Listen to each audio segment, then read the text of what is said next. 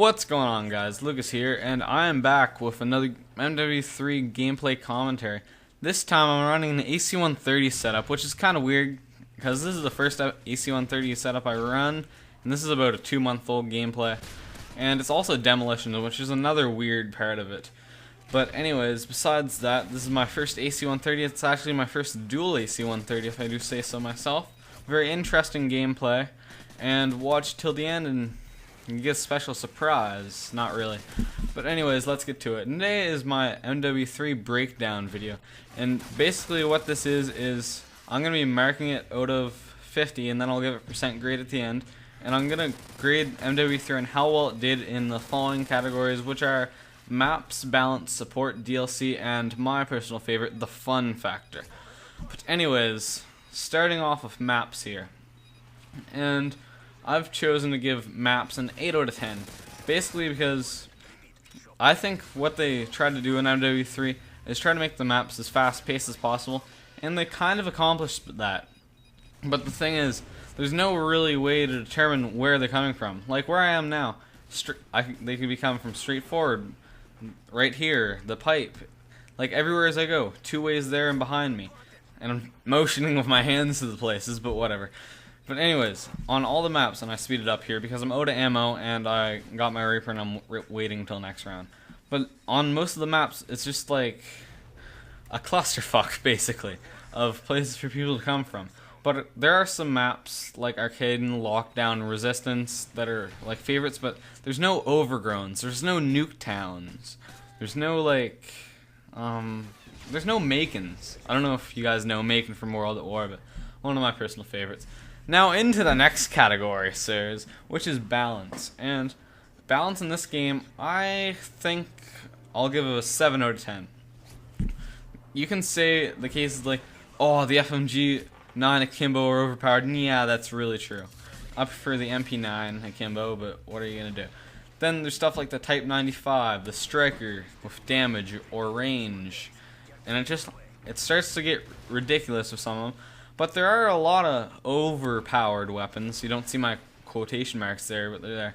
Like, you could say, the ACR is overpowered, the FAD's overpowered, the UMP's overpowered, the dildo gun's overpowered, which is what I'm using in this game.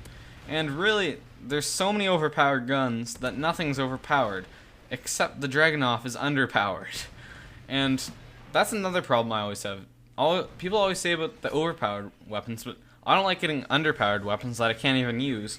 So I'm giving this 7 out of 10. They can improve on that next year if MW4 or whatever else they come up with. But anyways, on to support. And for support, it's a iffy one because yes, there were bugs, yes, there were patched stealth bomber glitches, and there are a lot of glitches around that really serve no purpose and they don't need to be patched. And that's another thing. If there's like a glitch that's just for fun that you can do at a private match, you don't need to patch it unless it's going to do stuff in line. But like the stealth bomber glitch, like there's something that's made it unplayable, but it's made lobbies unplayable. And I personally never used any of these glitches, but it's just really annoying when I go into a lobby with the stealth bomber glitch or whatever. I'm just stealth bomber glitch stuff. But there's like stuff on outposts, getting in the truck. It's just really annoying. And that's why I give this one a 7 out of 10. And also another one for support would be, like, if you ever follow MLG, which is Major League Gaming, they asked for, like, more support on their LAN party so they could, like, do all that. And they did not support MLG, whatever, and that's kind of sad because I like watching MLG events and all that. But anyways, whatever. And DLC. And this one for me was this is probably the toughest of the bunch here. Because this is counting the game modes, the free stuff, the elite stuff, and here it is. For the paid elite maps, I'm going to break it down. Paid elite maps, not such a hit. Because, if you think about it, we really don't need any more, like, open, wide fields and all that. And that's what, Liberation, that's the name of that. Liberation is just such a terrible map. It's basically a field, if you think about it. And that's the same for, I can't think of the name right now. There's stuff like Overwatch, which is okay, but there's no, like, outstanding maps. But that gets me into the other stuff. Like, they're giving out free maps. They're giving out Terminal in a few days, if you didn't know. They gave out 2 1v1 free maps. And that's another thing. They gave out like new game modes, 1v1, 2v2, 3v3. And those are personally some of my favorite things, and it's hard to like justify. Like, you have to balance the scales, new game modes, and then bad maps, and then there's like Spec Ops, which no one really cares about, and that kind of takes it down a little bit because, yeah, it's fun to play once, but after the one time, what are you really gonna do? And I really like the 1v1 and 2v2 and 3v3. I always have to say the whole thing. Maps, so I'm going to give this one an 8.5 out of 10. Just because the free maps, and there's never really been any free support, it's always been paid, and in this they really stepped it up with that. So if they just make some better map design for map packs, and not so sloppy, like the maps that shift were good, but like all Liberation and Overwatch, just no. So that gets on to our last topic of discussion for today, which is the fun factor. And the fun factor is basically how much fun is this game. When I sit down, am I like laughing and I'm smiling, or am I just like raging, throwing my controller through the wall? And this one is tough because it's pretty much different from person to person.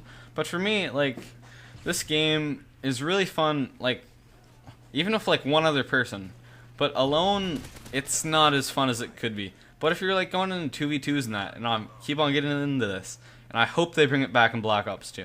But it just can be so much fun. Like, we have an upcoming series here at the Renegade Films, which we're gonna bring back 1v1 me bro, but it's gonna be 2v2 me bro, with me and Brennan just trolling around.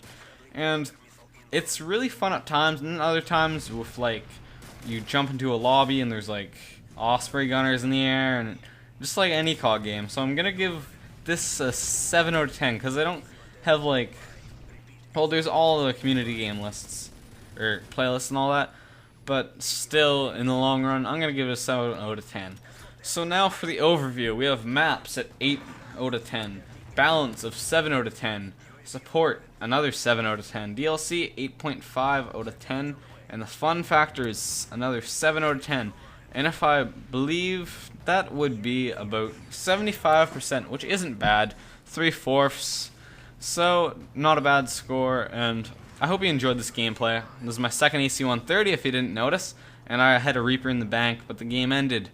So, as always, my name is Zebra Renegade. I hope you enjoyed my thoughts, and put what you would rank MW3 from these, like, maps, balance, support, DLC, and the fun factor. What would you rank it, and what would be the total?